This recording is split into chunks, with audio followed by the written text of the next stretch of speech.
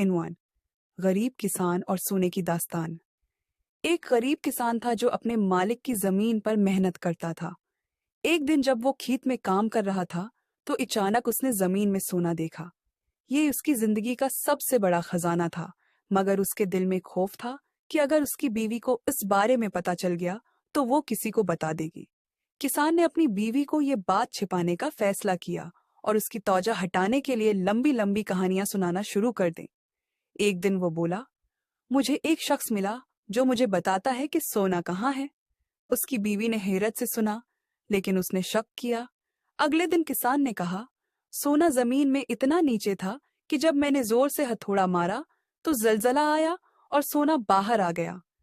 اس کی بیوی نے سوچا کہ یہ کیسی عجیب بات ہے، مگر اس نے پھر بھی یقین نہیں کیا۔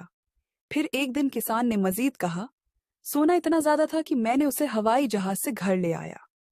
یہ سن کر کسان کی بیوی کی آنکھیں چمک اٹھیں، مگر وہ اب بھی اس کی کہانیوں پر یقین کرنے میں ہچکچاتی رہی۔ آخرکار کسان کی بیوی نے اپنی سہیلیوں کو یہ کہانیاں بتائیں اور آہستہ آہستہ یہ بات پورے گاؤں میں پھیل گئی۔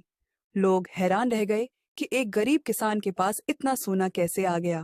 یہ بات زمین کے مالک تک بھی پہنچی۔ زمین کے مالک نے کسان کی بیوی سے پوچھا، بتاؤ تمہارے شوہر کو سونا کیسے ملا؟ کسان کی بیوی نے پھر وہی لمبی لمبی کہانیاں سنائیں جیسی کہ اس کے شوہر نے بتائی تھی۔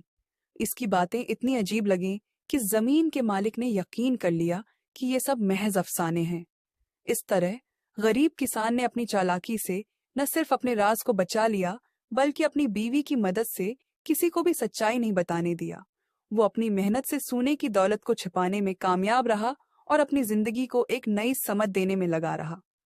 یہ کہانی ہمیں یہ سکھاتی ہے کہ کبھی کبھی راز رکھنا اور سچائی کو چھپانا بھی ضروری ہو سکتا ہے، خاص طور پر جب اس سے ہماری زندگی میں مثبت تبدیلی آ سکتی ہو۔